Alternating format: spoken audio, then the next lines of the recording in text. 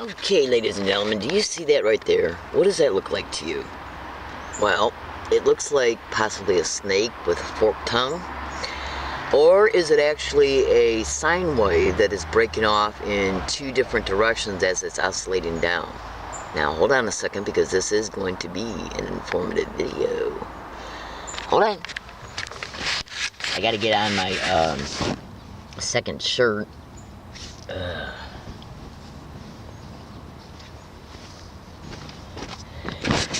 This is going to be an educational video, and it might be filled with some information that, well, I think I'm going to describe it as much as I possibly can in layman's terms.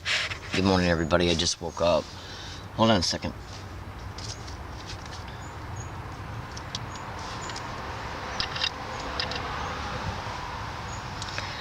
Okay, now this video is being made on August 3rd, 2014. It's Sunday. I'm in San Diego, California, in La Jolla. My name is Leslie Williams, and I apologize for the way I look, but it's been a little bit, it's been a little bit humid here in San Diego over the last 2 weeks. But the reason why I decided to make this video is because of some information that was forwarded to me online pertaining to neural entrainment. Pertaining to what is happening to organized stalking, gang stalking, targeted individuals. So, I've already made videos pertaining to brain entrainment and organized stalking, which can also be called gang stalking.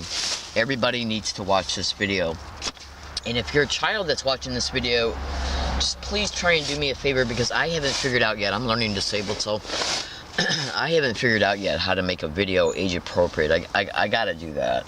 So, if you're a child, please, sweetheart, please just kind of step away from this video and go and do something that you'd like to do. Hold on one second.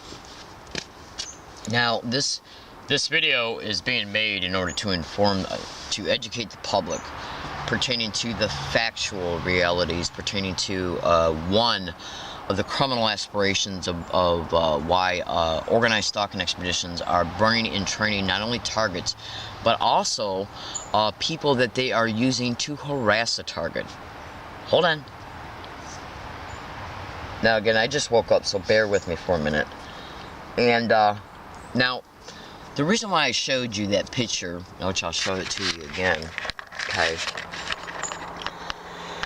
You know how, like, the Bible, just bear with me for a second, because I'm gonna give some visual representations, okay? Do you see that? Now, an oscilloscope sine wave of an alternating current, okay? If you were to look at the oscilloscope representation of an alternating current as that current is alternating, the sine wave will go up and down and back and forth.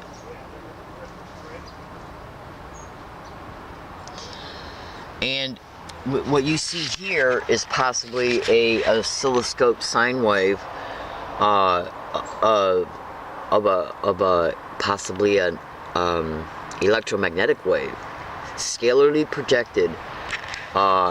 Well, let me just backtrack for a second. I'll tell you what I'm going to do. Just trust me. Stay with this video. Do you know how the Bible says a double-minded person, double-minded man, can be thrown to the wayside, to and fro, because he can't seem to make up his mind? Okay, because he's double-minded. Okay. No. The best way to explain what I'm trying to describe is this. In organized stalking, gang stalking expeditions, you can have a person with a personality to where they despise people who are involved in criminal activity. This kind of person will want nothing to do with anybody that is involved with criminal activity, especially people that are intentionally involved in criminal activity. I'm not talking about,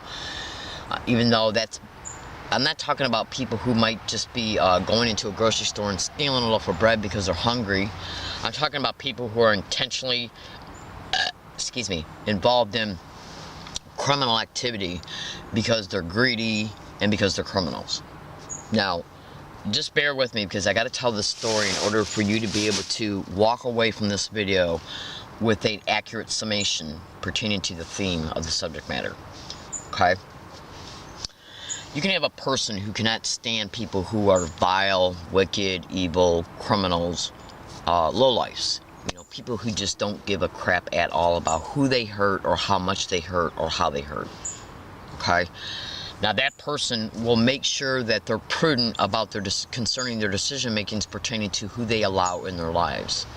Now, let's just say that that person, okay, is dealing with some extreme duress due to financial circumstances. Hold on.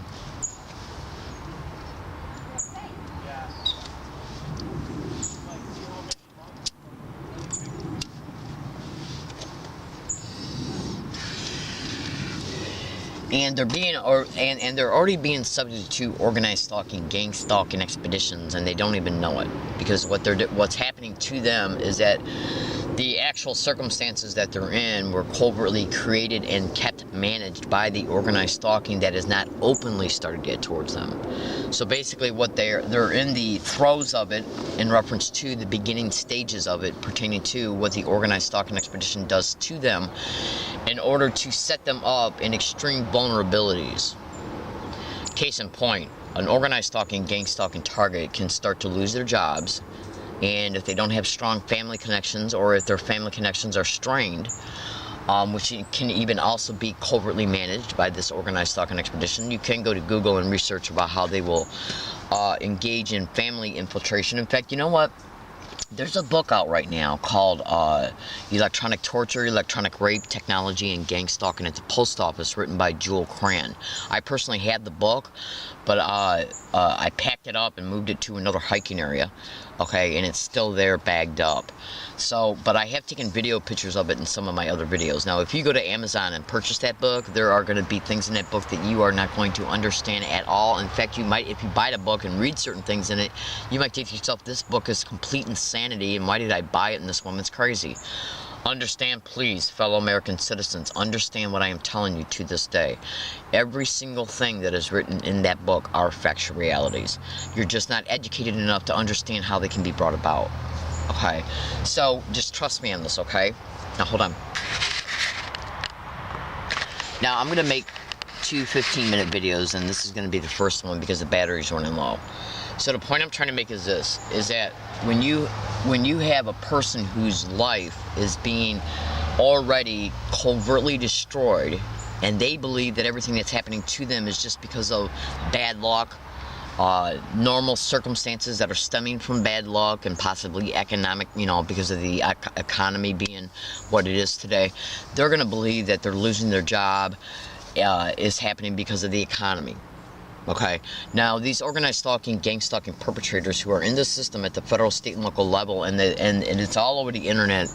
Well, let me just put it to you this way. Why is it all over the internet that certain alphabet agencies are involved in reference to managing and playing covert roles in these organized stalking expeditions? All I know is this, ladies and gentlemen, all you got to do is think to yourself, what are the initials of these alphabet agencies? Think them to yourself, and then type them in at Google and cross-reference them to organized stalking or gang stalking, and look at how many websites come up implicating these alphabet agencies. Now, when you look at how these aforementioned descriptions or at least are being mentioned in reference to how they're covertly involved in these expeditions in reference to perpetrating these criminal realities, then you can look at the kind of power that is attached to these types of agencies, departments, and employment descriptions. And then you can consciously become aware, or let me just say, you can consciously deliberate the reality that these are the kinds of departments and agencies and employment descriptions that can manage and covertly create unemployment. Okay, just like this, kind of like the same type of power when you look at, hold on. Now I'm giving examples which kind of, all these sub details, okay, need to be explained so you can see how things can be possible. So just bear with me. Do you know how, like, when an American male, when they're 18, they got to register with Selective Services, And if that 18-year-old does not and then goes to apply for a job, that employer will know that that individual is not registered with Selective Services and will not, by law, hire him. Hold on.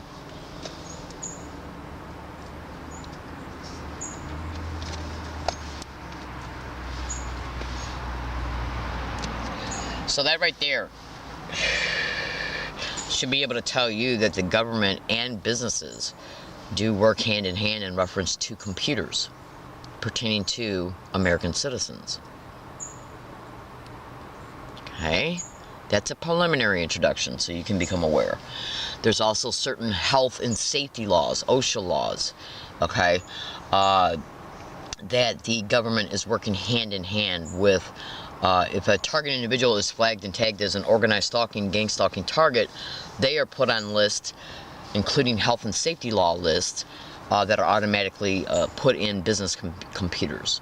Now, a business owner or manager, whatever, or business partners will not share this information with the target. They will not tell the target that they've been flagged and tagged, and as a result, they are set up to engage in specific protocols to not hire the target and or fire the target based on other reasons, because they're legally not allowed to expose that they have been redlined.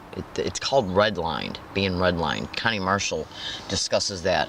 She went to go take out a bank loan, and she accidentally discovered at the bank, okay, that she was redlined, and as a result, she was not allowed to be able to take out a loan, and that's because she was a whistleblower, okay?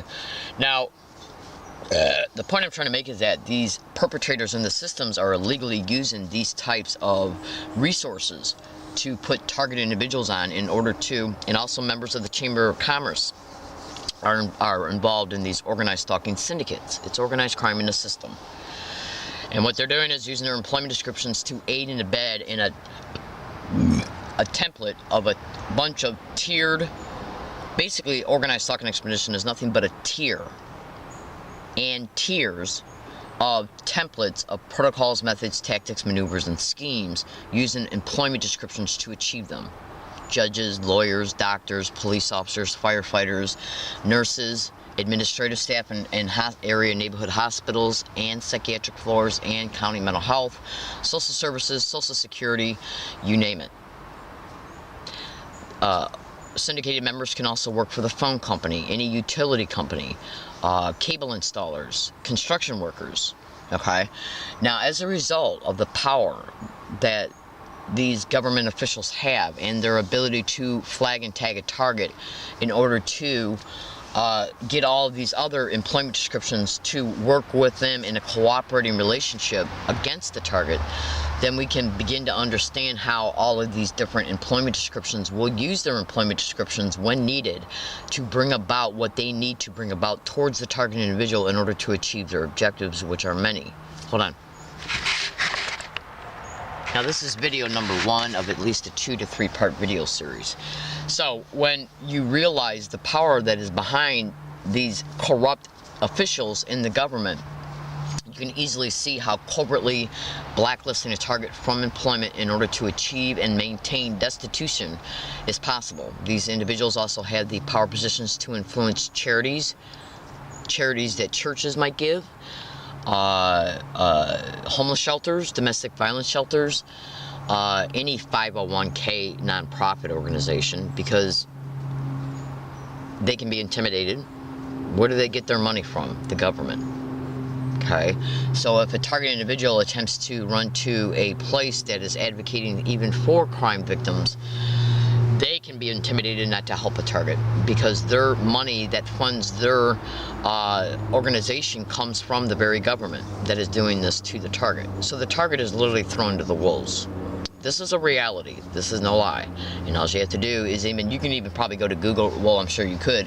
You can go to Google and type in 501 nonprofits and gang stalking, charities and gang stalking, churches and gang stalking. When you research gang stalking, also research organized stalking to the same descriptions. Okay. Now the point I'm trying to do is illustrate to you, to deconstruct to you